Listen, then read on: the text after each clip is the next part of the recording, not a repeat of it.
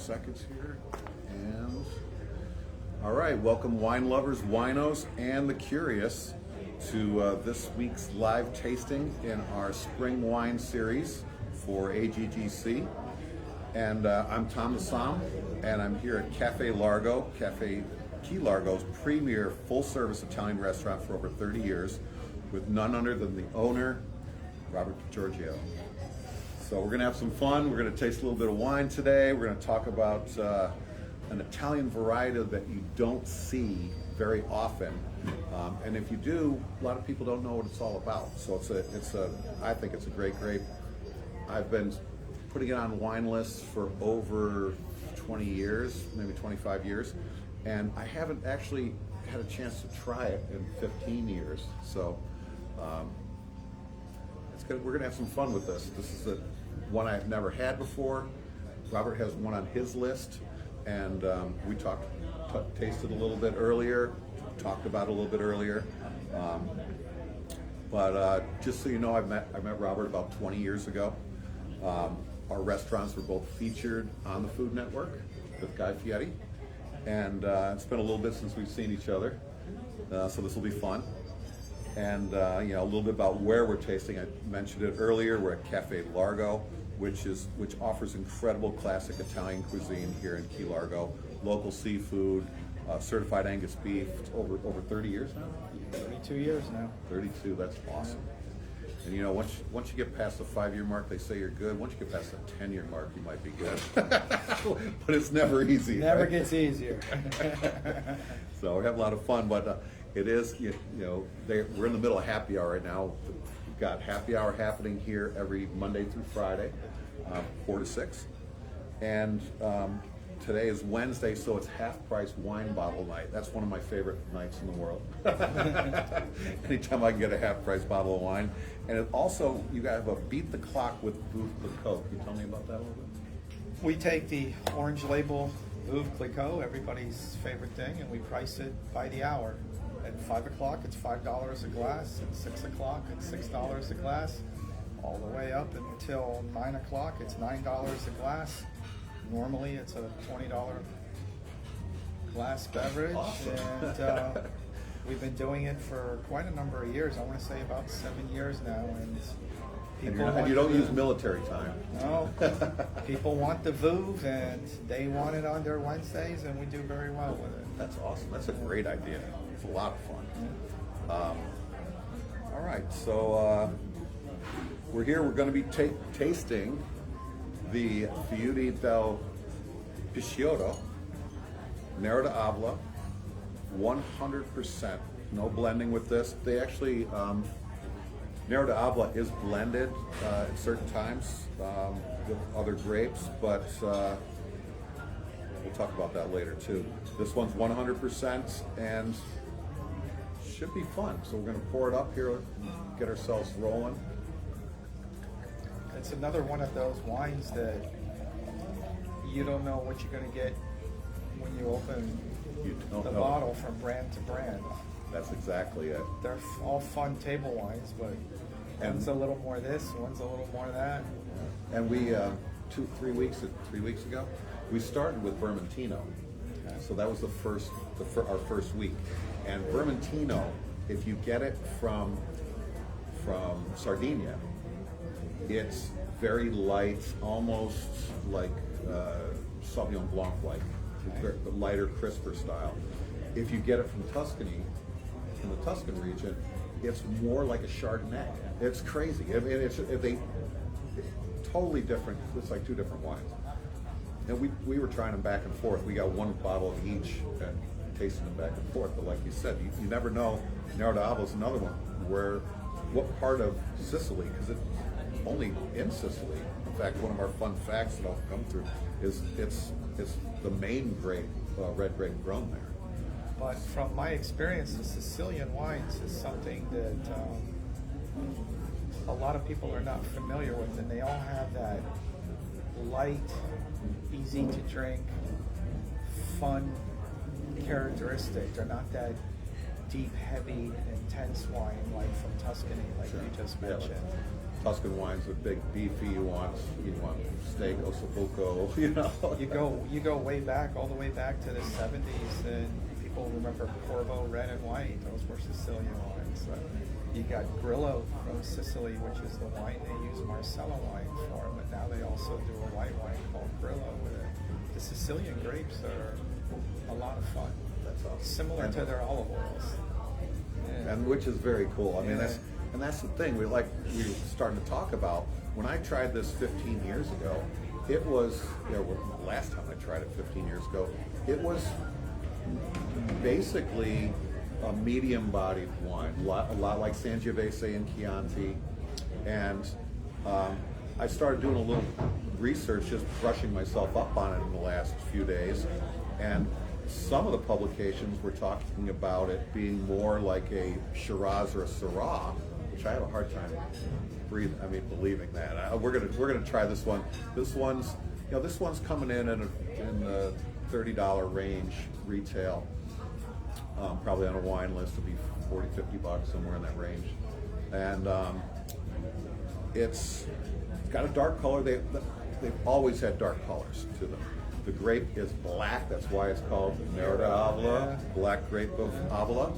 And but they've never had that big, heavy, tannic, bitey, denseness to them. And the reports I'm reading, I don't know if I'm reading the wrong materials or what's going on. There's a lot of different stuff on the internet, and I always go back to I have a handful of wine Bibles that I use that I was trained on, and those are the ones I go back to. But I wanted to see what's been being said about current releases of this wine, and they're talking about it being a little more rich and dense, so we're going to taste this one. Well, this one in particular, you said it's 100%. I'm sure the blended wines are more, more middle tier, as you were describing. I'd be interested to see what they blend them with, because Sicily has so many unique grapes that they make wine with. And that's the fun thing about it. It's like when you go to a restaurant, you see like 6 different red grapes, maybe 4 different white grapes, and that's it. And you're not familiar with any of them. How do you say that? How do you say that? What is that? And then Sicily being an island itself and all the sunshine they're big on citrus, they're big on olives. I think that contributes a lot to the characteristic of their wines, and that middle, easy to drink tier like that. So this one looks fuller than most. It looks a little bit fuller, so we're going to let's take it, give it a little swirl, and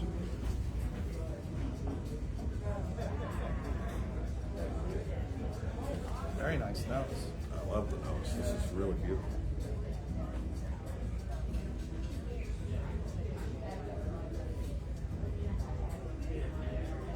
It's almost got a little sweet spice. No rush to drink it. The nose is No. so nice. No, I don't have to sip on this yet. It goes through the senses. Eyes first, it looks nice. Nose second, it smells great. You've defeated 2/3 of the process already. Now it just needs to taste good.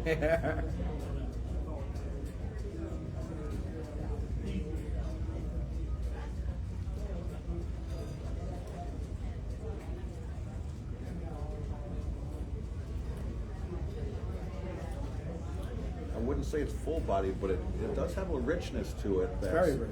That coats your palate. It's also it's got good acidity to it, which is going to make it a great food wine. Help cleanse the palate. I can see how somebody might say it's a little similar to a Syrah. I wouldn't say Shiraz. That's a whole other story we'll talk about some other time. But Shiraz, being mostly from Australia, with the heat there and the way it's treated, is more dense. It's full. It's more cab-like. The Syrah tends to be a little bit lighter. This one, though, it's got Got a lot of legs. it does have a lot of legs. Out of all the Neros I've tried, this is the fullest and the richest one.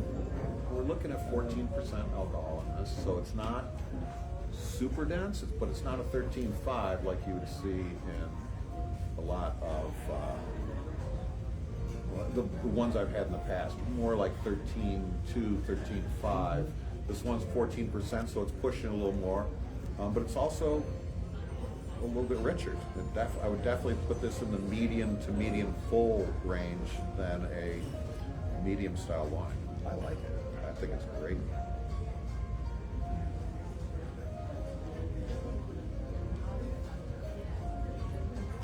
Delicioso. Very good. All right, so we'll do a little history about this. It's history time. Nero d'Avola, called the Black Grape of Avola, like we discussed earlier, is Sicily's most important and widely planted red grape variety. We've got food coming out of here too. No, I didn't. Oh, the milk in my mouth. I thought you said.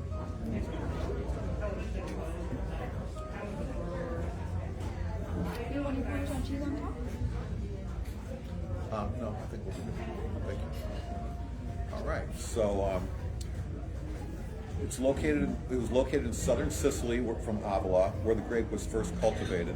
Historically, Nero d'Avola was used primarily in blends to add color and body to wines, but in the recent decades has gained recognition as a standalone varietal, showcasing its full potential. So I think right now we've got one that's definitely showcasing its full potential here. And Sicily is, as a fun fact, I like pulling these out every once in a while. Sicily is one of the oldest wine regions in the world, and I didn't know this until I was doing my research this week. Nero d'Avola thrives in Sicily's hot, arid climate, which allows the grape to develop the rich, bolder flavors. It's also compared to Syrah quite a bit for the dark fruit and some spice notes. Key component in Sicily's only DOCG wine, here we go, Sarasuelo. I'm going to get the Italian correct pronunciation. Cerasuolo. Cerasuelo de Vittoria, where it's blended with Frappato, and I've never had a Frappato, so we got some fun things going on there. But it's their only DOCG wine, so that might be something for a later show. Maybe next time I come back, I'll dig up one of those and we can try that. So if you are drinking one, obviously on Monday we put it out there that we were going to do Nero d'Avolas. If you grabbed a bottle of wine from your store, if you found a Nero d'Avola at your local store and you're tasting it, send us a little thing about what you think of it, what flavors you're getting out of it, what fruit characteristics. I think that was a lot of fun. Silverware dishes. And we're going to be pairing next. So we talked a little bit about the food and wine pairing. Actually, we're going to talk quite a bit more about that. Thank you. So, generally, you think of Italian wines pairing with, the tomato gravies and traditional Italian fare, but a lot of these wines you can pair with a lot of other things. We were talking earlier before we came on about, grilled lamb, roasted chicken. There's a lot of things that you can do. When we talk chicken, we talk real chicken thighs, the flavorful chicken. A lot of people like chicken breasts. I just don't think they have the flavor, the richness, or even the health. Health-wise, the chicken thighs are a much healthier product for you. But I've always used it, recommended at the restaurants that I've carried it in, to pair with roasted pork or grilled items, things like that just, I think, really accentuate it. We're going to do a little carpaccio. We've got this is the Eggplant stack. Eggplant stack. You got fried eggplant with prosciutto, ricotta cheese, marinara sauce. Nice. And that's one thing they always recommend with the Nero d'Avola, because it's, like you were telling me earlier, it's more of a traditional dish there in Sicily. We've got a lot of eggplant in Sicily. A lot of eggplant. A lot of eggplant, a lot of ricotta cheese. That's the home of ricotta cheese. Where your cannoli come from, lasagna, all that. Because ricotta Sicily. cheese is all based out of Sicily. Yeah, I love getting this educational. This is awesome. All right. Well, we're going to start doing a little tasting and see what. So our carpaccio is made with Wagyu eye rounds. Wagyu beef is top tier beef for tenderness. Beef quality is measured by fat content, and the grains and stuff that it's raised on. And Wagyu is all the rage these days. So being a Wagyu beef and eye round is not naturally one of your most tender cuts, but being Wagyu offers, it takes a cut and gives it a tenderness that you don't expect. That's And awesome. a richness and a depth to it. But the eye around is mostly you look at like roast beefs or things like that you're making with it, not what you're taking them low and slow and leaving them rare. This looks awesome. Then we put some shredded Parmesan, fresh arugula, heirloom tomatoes, some hard-boiled eggs, all those combinations work great. So dig it. Yeah, definitely good. Don't have to ask me twice on that.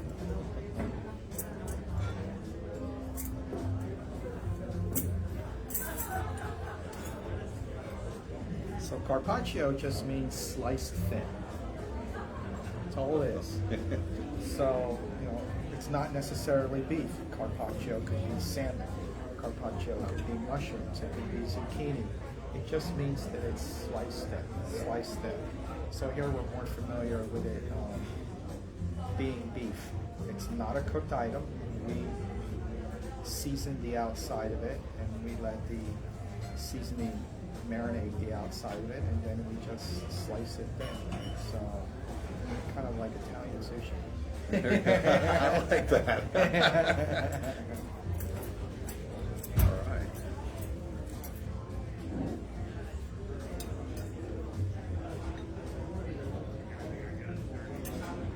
Pretty excited about this. So your Nero Avola is going to go great with the beef. Yeah, I'm excited about this one.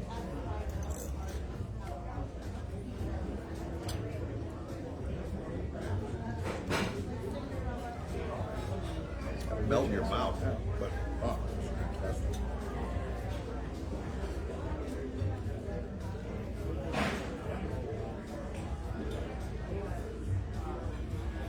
I'm totally changing the wine. The wine went from being big and bold to being a lot leaner. You're getting more of the acid coming back across the. And it depends if you ate the meat before you drank the wine, or if you ate the tomato before you drank the Right. wine. The tomato gives it a little, And I'm a definitely little spin. get the tomato on this one.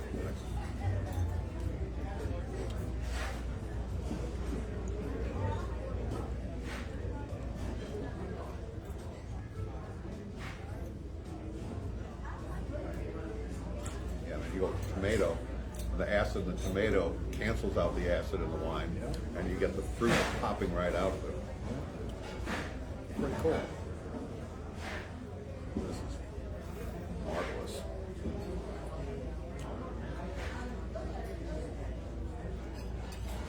Wagyu beef has got a reputation for being expensive, but there's a lot of cuts that you can actually use on an everyday level. This melts in your mouth. Yeah. I mean, it's really. We've done I'm Wagyu. not expecting. I've had other carpaccios too that you still got a little chew to them, and this one is just it literally melts in your mouth. We like using Wagyu beef. We've done Wagyu beef cheeks, some of those things for like $4. I've actually done like a French dip with this. I will make a roast beef with it and slice it really thin. Put a Cuban hoagie, and it works really good as a roast beef. It's a very versatile piece of meat. I enjoy it very much. That's fantastic. Because it's not cooked, you don't want that overwhelming fat. You want your fat to be rendered, cooked out of it. If you do in your establishment of all your meat, so you don't want to eat raw fat. I just tried it with a little bit of arugula, and it's just, then the wine changes again. You know, so, The arugula adds the spice to it. which is,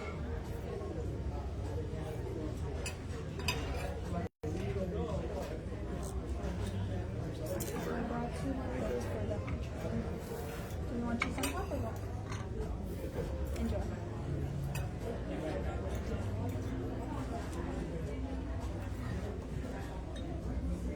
It's my wife's favorite dish in the restaurant. that's awesome. Every time she sits down and eats, you want to sit down and eat? Yeah. I want a carpaccio.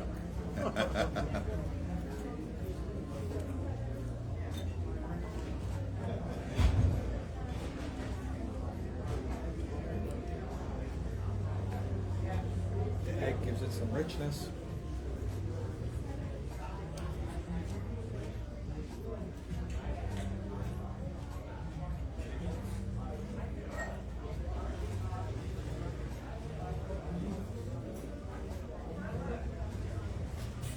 That's great. Thank you.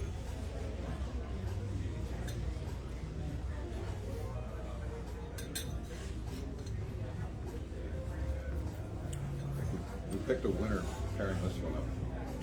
The arugula is very good. Yeah, the arugula is amazing. I was very impressed with that. Yeah.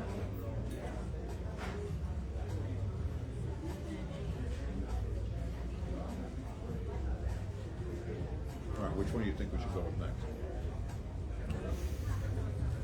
Save the eggplant for last? Yeah, I last think sauce so. there, yeah. Let me get this out of our way. Right.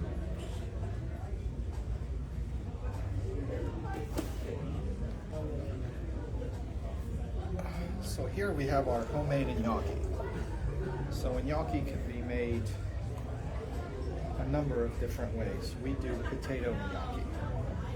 So what people don't realize is that gnocchis are dumplings, Okay. not so much a pasta dish. What makes it pasta is that you're adding flour to it. And gnocchis are made from ricotta cheese mixed with flour and eggs, or potatoes mixed with flour and eggs, or semolina, which is a different kind of flour. Then you can use sweet potatoes, and there's all kinds of variations. So we say traditional. This came from my grandmother many, many years ago, and we actually oven roast Idaho potatoes, and then we use that as a base and make dumplings and do a pasta dish that way. And Idaho's the best because of the It's starch not- content, or It's starch and it's not a lot of water. It makes a great baked potato. Right.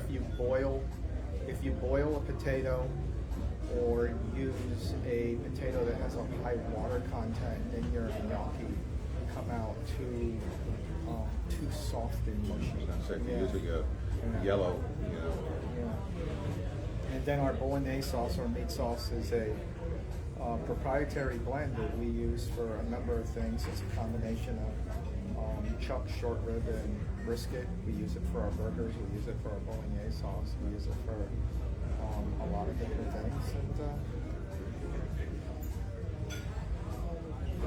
we do very well with that. that's great. I've always thought, I always thought of gnocchi as being potato, but I didn't realize you could do it other. Yeah, the ricotta are the softest. The semolina are the ones that you see the most popular in the store and stuff, and they're also the hardest because it's all flour. Semolina is just a different kind of flour. Semolina is the flour before it's like pulverized into the white flour that you're familiar with. That's why semolina pasta is better for you. It hasn't been bleached yet. It's got to go in. All right.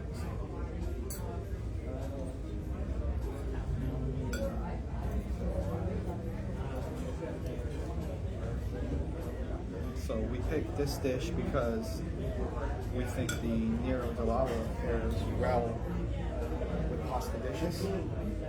Being a fun table wine, especially the depth of this one that you picked. Yeah, this one, like, especially with the. Tell me about the sauce that you got in here. So we like the gnocchi, the richness of a gnocchi with the potatoes. You want a creaminess to it. So we make our bolognese sauce, and then we toss the gnocchis with a little cream, butter, bolognese, and then top it off with a little more straight bolognese. Okay. So that's what gives it its different layers and brings it together. All right. There we go.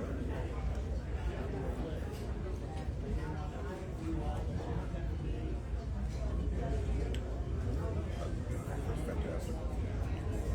Not too firm, not too mushy. No, right, the way it's supposed to be.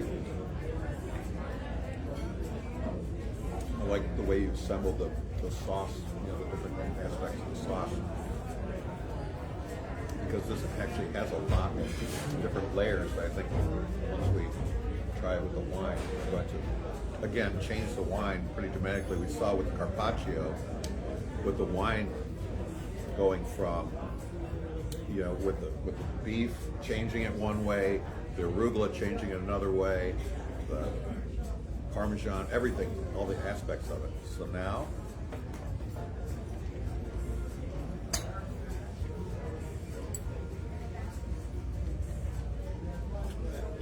again, the fruitiness is coming out, the fat, the denseness of this.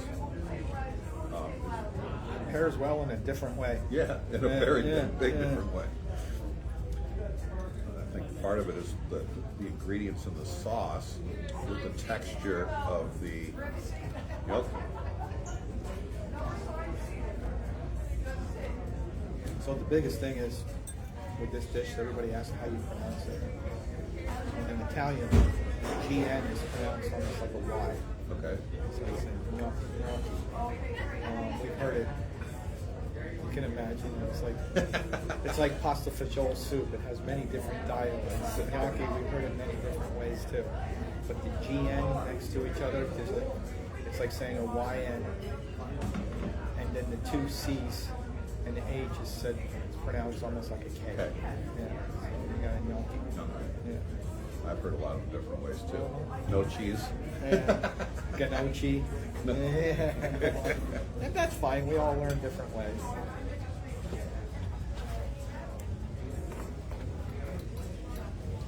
Great. So this in particular, there's pictures of my father. Every once in a while, my father comes in and reminds everybody how it's supposed to be prepared. We actually make the dough, roll them out, and cut them by hand with a knife. And they got it down to almost an art. You can see there's not much variation in the size of them. So my father just turned 89 years old, and he still likes coming in and showing them how to do these things. That's awesome. And that's what's about consistency. Trust me, it's the same thing in our restaurant. We have to have, we make our own ketchup. We do a mango chipotle ketchup. And for a while, I could tell who made the ketchup that week. Yeah, no, the recipe books and following them are a big deal. Yeah. Everybody has their own interpretation of the same recipe. Which drives me crazy. So this dish in particular, people always take home. You can imagine it's a heavy, very fulfilling dish. Yeah. It's hard to eat the whole thing. Most people take a container home. And actually, the wine that you chose in your own wine is actually lightening it up and not making it feel so dense and heavy. It's cutting through the heaviness of it with the acidity in it. We had talked about that in a couple of the other episodes. The acid cuts through things and allows you a fresh taste of the food. But, like you said, it lightens this one up. Mm-hmm. If we had had a heavier wine, or say you paired a Chardonnay with this, Chardonnay, the heaviness of the Chardonnay and the richness would almost compound it. You wouldn't like the dish as much. No, definitely. Yeah. That's fantastic. So I'm going to slide this around and keep this one for later. That's a midnight snack right there.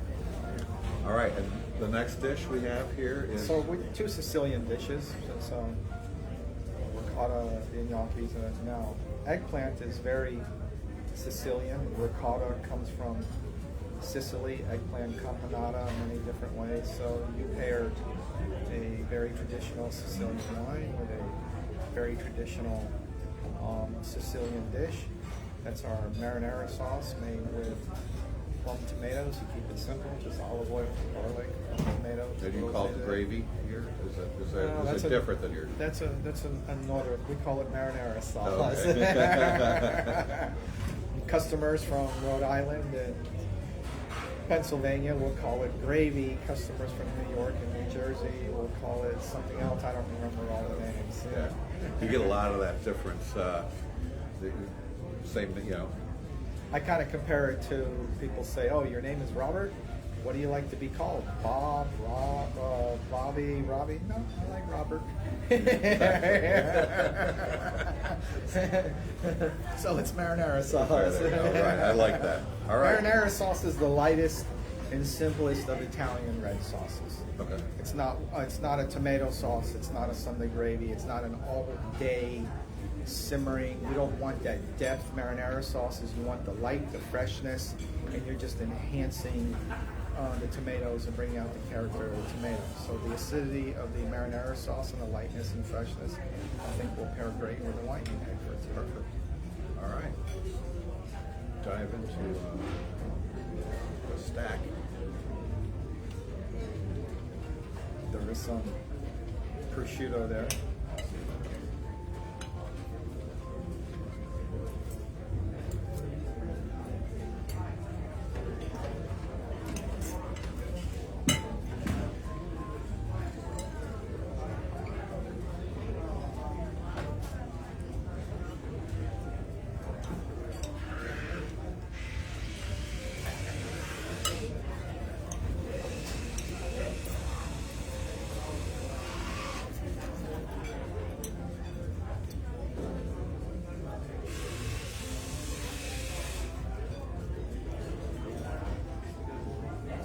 So this eggplant recipe actually comes from my aunt, how she made it for herself in Italy. And when she came over here to work for my father, we told her just make the eggplant like she does for herself at home. And that's the way we've been making it ever since. It's not heavy, it's not greasy, there's not a lot of bread. No. It's a very light, easy, which I think helps it pair with very well with the wine. I just tried it with this, and it works really well. It brings out it almost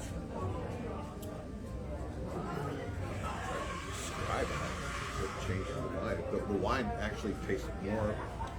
It's almost a companion pairing than it is a contrasting pairing like we had before. So it's almost the wine almost tastes just like it did by itself. With this, you get all these flavors, and I think it elevates both items. The wine, I think, tastes even better with this, and also I'm going to take another bite of the food because I know it's going to. In this case, I think the eggplant's complementing the wine instead of the wine complementing the food. And it's not just the marinara sauce; it's the texture and the richness of the eggplant. That's some of the best eggplant I've had. I'm very hesitant in a lot of places to order eggplant. Different cultures do it different ways.